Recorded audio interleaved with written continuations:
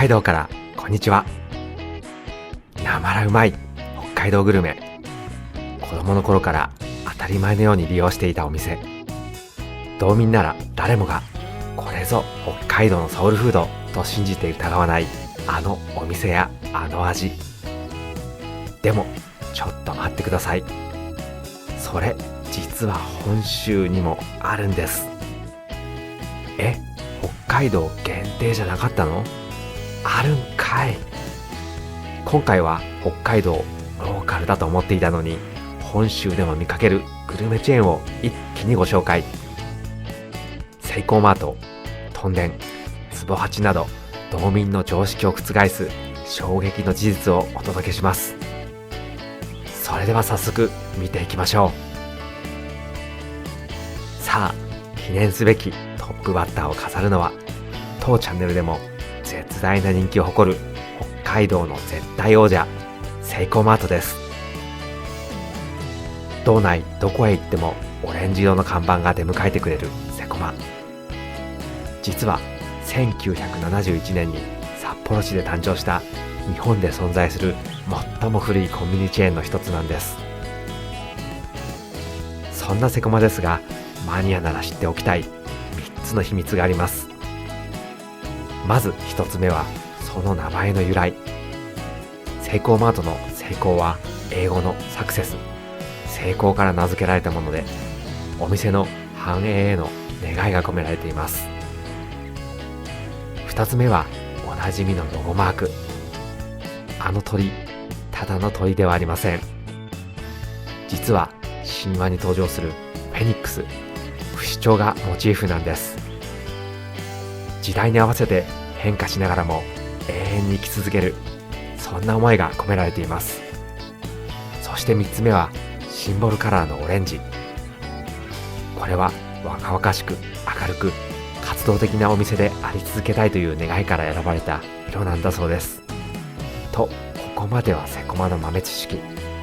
しかし今回のテーマは北海道限定だと思ったら本州にもあるんかい。実はセイコーマート、北海道だけじゃありません。現在は茨城県と埼玉県にも店舗を展開していて、道外でもあのオレンジ色の看板を見ることができるんです。北海道限定のコンビニだと思っていた道民にとってはなかなかの衝撃ですよね。さらに驚くのはここから。実は北海道にはセコマグループが運営するもう一つのコンビニチェーンがあります。その名もハマナスクラブ。北海道スパーの店舗を引き継ぐ形で誕生したコンビニで、ペコマカードが使えたり、セコマの人気商品が並んでいたりと、まさにセコマの親戚のような存在です。ピンク色の看板が目印ですが、現在でも見たことないという人がいるほどレアな存在。昔のセイコーマートってこんな雰囲気でしたよね。クラシカルなセコマが味わえるハマナスクラブ。まだ行ったことがない人は探して行ってみてください。続いてご紹介するのは皆さんおなじみ、札幌のランドマークをその名に冠したあの老舗ラーメンチェーン、味の時計台です。そんな道民のソウルフードである味の時計台。大きなチャーシューや観光客に大人気のホタテバターコーンラーメンを思い浮かべる方も多いのではないでしょうか。1974年、すすきのの新ラーメン横丁で産声を上げたこのお店。少し甘みのある優しい味噌スープにスープがよく絡む黄色い中太縮れ麺。これぞ王道の札幌ラーメンとして半世紀近く道民の胃袋を支え続けてきました。札幌駅から徒歩10分のところにある駅前通り総本店は地下にあって、店内には有名人のサインや創業者のメッセージがびっしり。まさに聖地のような空間になっています。そんな道民のソウルフードである味の時計台ですが、これも本州にあるんかい。東北や関東、さらには海外にまで店舗を展開。しかし味の時計台の本当の驚きはここから。近年は厳しい競争やコロナ禍の影響もあり、経営は大きな岐路に立たされていました。そんな老舗を救ったのがなんと神奈川県の企業。2020年に経営を引き継ぐと大胆な改革を進め、一部店舗では家系ラーメン業態への転換も実施。最近札幌で見かける横浜家系ラーメン渾身屋がそれです。その結果、わずか数年で業績は V 字回復を果たしました。札幌で生まれたラーメンチェーンが本州へ進出し、さらに本州の企業の力で復活を遂げる。味の時計台、北海道だけの物語じゃなかった。昔ながらの味が変わっていく寂しさはありつつも、最近道民にとって嬉しいニュースが飛び込んできました。なんとかつて北海道で絶大な人気を誇ったカレー店、リトルスプーン。リトルスプーンのレシピを継承し、2026年7月に新店舗をオープン。北海道民の中には学生時代によく通ったという方も多いのではないでしょうか。老舗チェーンが M&A されると、昔の味や文化が失われてしまうのではと寂しく感じることもあります。でも今回のように新しい経営の力によって懐かしい味が復活するケースもあるんですね。北海道で生まれたラーメンチェーンが本州へ進出し、さらに本州企業の力で復活を告げる。味の時計台、北海道だけの物語じゃなかった。昔ながらの味が変わっていく寂しさはありつつも、こうして形を変えながらのれんが受け継がれていくのは嬉しいことですよね。そして毎月10日は時計台の日。お得に味の時計台のラーメンが味わえるチャンスなので、気になる方は久しぶりに足を運んでみてください。続いてご紹介するのは、こちらも道民におなじみの黄色い看板が目印のラーメンチェーン、ラーメン三八です。1987年に札幌でたった1軒のラーメン店からスタートした三八。ユニークな店名の由来は、なんと創業当時の社長の年齢が38歳だったからなんです。なんとも豪快で覚えやすいネーミングですよね。三八のラーメンといえば、たっぷりのラードで最後まで熱々の濃厚スープ。そこに自社工場で作られるコシの強い太めのウェーブ麺が絡む、まさに王道の札幌ラーメンです。丼の上にはおなじみの三八の文字が入ったオリジナルナルト。これを見るだけで懐かしく感じる道民も多いのではないでしょうか。そして三八といえば忘れていけないのが食後のアイスキャンデー。熱々のラーメンを食べ終えた後、ひんやり甘いアイスで締める。あの瞬間こそまさに三八流の至福の時間でしたよね。最近はこのサービスなくなってるのかな。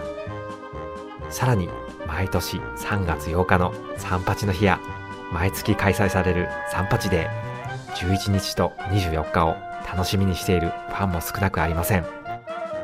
そんなどこを切り取っても北海道らしさ全開の三八ですが、これも本州にあるんかい。実は三八、北海道を飛び出して東北や沖縄など道外にも店舗を展開。さらに香港、台湾、中国へも進出し、海外で札幌ラーメンを広めているんです。しかも中国での店名はパーパーパーラーメン。なんだか縁起の良さそうな名前になっています。北海道のローカルラーメンチェーンだと思っていたら、まさか海を越えて活躍していたとは驚きですよね。もちろん道外の店舗も時代とともに変化していて、長年親しまれてきた店舗が独立するなど様々な歴史を歩んできました。さらに最近では一部店舗で横浜系ラーメンを思わせるようなインパクト抜群の看板へリニューアルするなど、新しい挑戦も続けています。北海道で生まれた一杯が本州へ、そして世界へ。ラーメン三八、本州にもあるんかい。続いてご紹介するのは、赤字に白の文字が目を引くあの和食ファミリーレストラン、和食どころとんでんです。お寿司に天ぷら、お蕎麦にうどん、そして季節の海鮮、北海道の美味しい食材を少し贅沢に味わえるお店として道民にはすっかりおなじみですよね。名前のとんでんは皆さんご存知の通り、北海道の開拓を支えたとんでん兵が由来。北海道の開拓精神を忘れない、そんな思いが込められたまさに北海道らしさ全開のお店なんです。そんなとんでんですが、ここでお決まりのフレーズ言っちゃいましょう。とんでんも本州にあるんかい。いや、正確には違うんです。本州にあるどころの話じゃありません。実は現在、とんでんの店舗の大半は関東圏に集中。中でも埼玉県には30店舗以上展開していて、北海道よりも圧倒的に店舗数が多いんです。北海道の店舗だと思っていたら、まさか関東の方が勢力が大きかったとは驚きですよね。では、なぜ埼玉にそこまで根付いているのでしょうか。その理由はとんでんの歴史にあります。実は現在のファミリーレストランの業態としてのとんでん第1号店が誕生したのは1978年の埼玉県浦和市。さらに現在も関東本社は埼玉県に置かれていて、とんでんと埼玉には深い縁があるんです。そしてさらに驚きなのがそのルーツ。今では立派な和食レストランですが、創業当時の1968年に販売していたのはなんと10円まんじゅう。実は札幌市東区で創業した和菓子店がとんでんの始まりだったんです。その後とんでん寿司をオープンし、やがて埼玉で和食ファミリーレストランへと進化。和菓子屋さんから全国規模の和食チェーンへ成長したわけです。そしてとんでんに来たら絶対に外せない名物といえばジャンボ茶碗蒸し。普通の茶碗蒸しの数倍はある圧倒的なボリュームと優しい出汁の味わいは創業当時から愛され続ける看板メニューです。北海道の開拓精神を象徴するとんでん兵の名前を掲げながら、実は埼玉で大成功。しかも店舗数は北海道より関東の方が圧倒的に多いという、なんとも不思議なチェーン店なんです。北海道の店だと思ったら本州にもあるんかい。続いてご紹介するのはサラリーマンの憩いの場であり、家族連れにも愛されている北海道初の居酒屋チェーン、坪八です。坪八って全国チェーンじゃないの？そう思った本州の皆さん、そして坪八は北海道の居酒屋だべさと思った道民の皆さん、今回は両方に衝撃の事実があります。坪八が誕生したのは1973年、札幌市西区琴似にあったわずか8坪のお店が始まりでした。店名の由来もそのまま8坪。今や全国区の居酒屋チェーンがそんなに小さなお店からスタートしたなんて驚きですよね。当時としては珍しかった明朗会計を導入し、サラリーマンや学生の支持を集めて急成長。北海道から全国へと勢力を広げていきました。というわけで坪八も本州にあるんかい。しかも本州ではあまりにも普通に存在するため、北海道発祥だったのと驚く人も少なくありません。さらに坪八はこれまで様々な経営環境の変化や苦難を乗り越えながら成長してきました。現在は居酒屋チェーン花の舞などで知られるチムニーグループの一員として全国展開を続けています。そして近年、本社を東京から創業の地札幌へ移転。北海道発祥の居酒屋として原点回帰を果たしたんです。8坪のお店から始まり、全国へ進出し、そして最後は北海道に帰ってきた。坪八、ドラマチックすぎますね。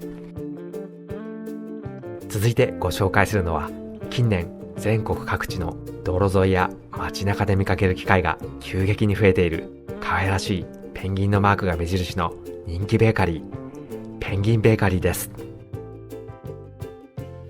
小麦はもちろん乳製品や野菜、豆類などできる限り北海道産の食材にこだわり、毎日焼きたてのパンを提供しているこのお店。店内には約80種類ものパンがずらりと並び、どれにしようか迷ってしまうワクワク感も魅力ですよね。2016年、北海道恵庭市に第1号店をオープン。北海道の食文化を伝えるベーカリーとして瞬く間に人気になり、今では道民なら一度は目にしたことがある存在になりました。看板商品の止めない食パンはペンギンなのに止めないというユニークな名前ながら、北海道産小麦 100% 使用の本格派。卵や乳製品を使わず、もっちりとした食感が楽しめる人気商品です。そしてペンギンベーカリーを語る上で絶対に外せないのがカレーパン。日本一のカレーパンを決めるカレーパングランプリでは、なんと何度も最高金賞を受賞。定番のカレーパンフォンデュをはじめ、北海道らしさ全開のホッキカレーパンなど、その実力は全国トップクラスなんです。そんな北海道愛あふれるペンギンベーカリーですが、ここで言っちゃいましょう。ペンギンベーカリー、本州にもあるんかい。実は2020年から本格的なフランチャイズ展開をスタート。するとあれよあれよという間に北海道を飛び出し、関東、関西、東海、九州へと勢力を拡大。今や全国各地であの可愛らしいペンギンのマークを見ることができるんです。北海道限定のローカルパン屋さんだと思っていた道民の皆さん、気づけばペンギンは全国に羽ばたいていました。しかしペンギンベーカリーの本当の衝撃はここからです。実は本州のお客さんがお店に来て一番驚く商品があるんです。それが北海道名物ザンギ串。パン屋さんなのになぜか本格的なザンギが堂々と販売されているんです。しかもそのザンギ、ただのおまけ商品ではありません。過去には唐揚げグランプリで金賞を受賞したこともある実力派。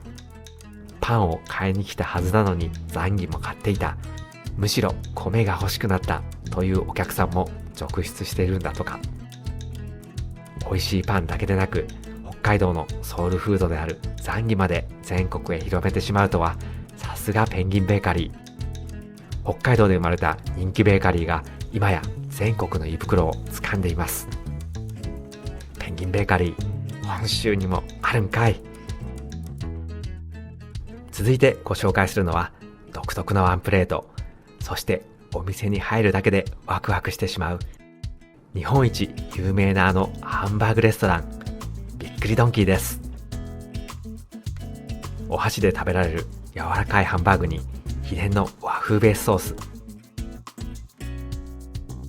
そしてみずみずしい大根サラダとご飯が一つのお皿に盛り付けられたバーグディッシュ。これを食べると、ああドンキーに来たなと実感する人も多いのではないでしょうか。そんな誰もが知る有名チェーンのびっくりドンキーですが、今回は本州の皆さんも、そして道民の皆さんも全員まとめてひっくり返るような2つの衝撃をお届けします。まず1つ目の衝撃。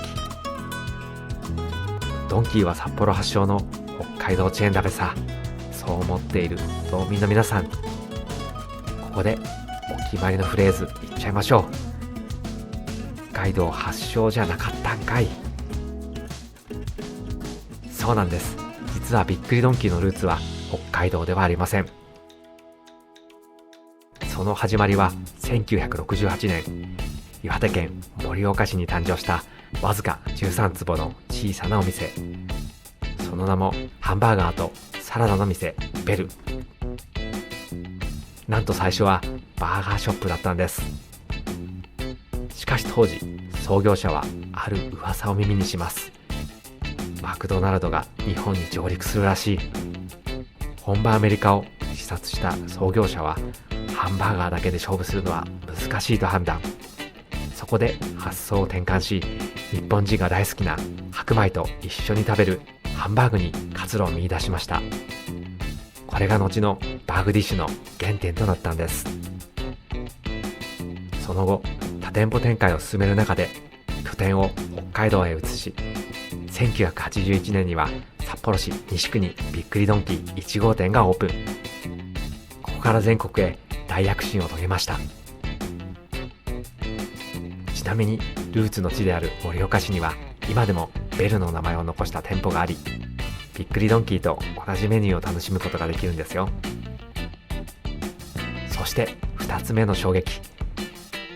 チェーン店なのに同じ外観のお店が一つもない。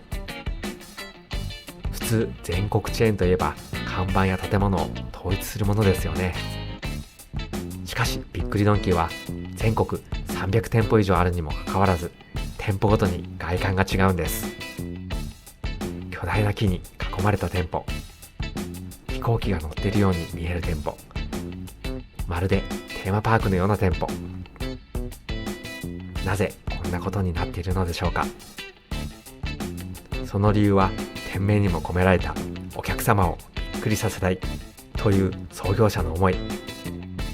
お店に入る前からワクワクしてもらいたいという精神が全国の店舗デザインに反映されているんです。あの独特の世界観は偶然ではなく徹底したこだわりだったんですね。ちなみにびっくりドンキーの人気メニューランキングではハンバーグに次ぐ第2位がなんと味噌汁。味噌汁まで愛されているところもドンキーらしいですよね。岩手県でハンバーガーショップとして生まれ、北海道で大きく成長し全国へ広がっていったびっくりドンキー。北海道発祥だと思っていたら岩手だったんかい。さあ、この動画を締めくくるラストは、お店の半径50メートルに近づくだけであの強烈な匂いが鼻をくすぐる中毒性マックスのラーメンチェーン、山岡屋です。ガツンときて癖になる、そのキャッチコピー通り濃厚な豚骨スープに極太ストレート麺。深夜になると無性に食べたくなってしまう道民おなじみの背徳グルメですよね。株主総会はもちろん北海道札幌市で開催。そんな山岡屋ですが、最後にふさわしい最大級の衝撃をお届けします。山岡屋は北海道生まれだべ。そう思った皆さん、せーの、北海道発祥じゃなかったんかい。実は山岡屋の第1号店が誕生したのは1988年。なんと茨城県牛久市。しかも創業者が最初に始めたのはラーメン店ではなくお弁当のフランチャイズ店だったんです。その後試行錯誤の末に豚骨ラーメンへとたどり着き、山岡屋が誕生しました。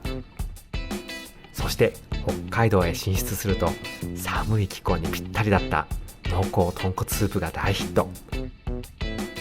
本社も札幌へ移転し、道民のソウルフードへと成長していったんです。しかし山岡屋の衝撃はこれだけではありません。全国チェーンなのにスープを全部お店で炊いている。フランチャイズ店なら普通なら工場で作ったスープを各店舗へ配送しますよね。ところが山岡屋は今でも各店舗で豚骨をじっくり炊き続けています。だからこそお店の近くを通るだけで、あ、山岡屋だとわかるあの独特な香りが生まれているんです。さらに駅前ではなく広い駐車場を備えたロードサイドにこだわって出店しているのも山岡屋流。24時間営業の店舗も多く、深夜のドライバーたちのオアシスとしても愛されています。茨城県のお弁当屋さんから始まり、北海道で大ブレイクし、今や全国へ広がった山岡屋。北海道のラーメンだと思ったら茨城発祥だったんかい。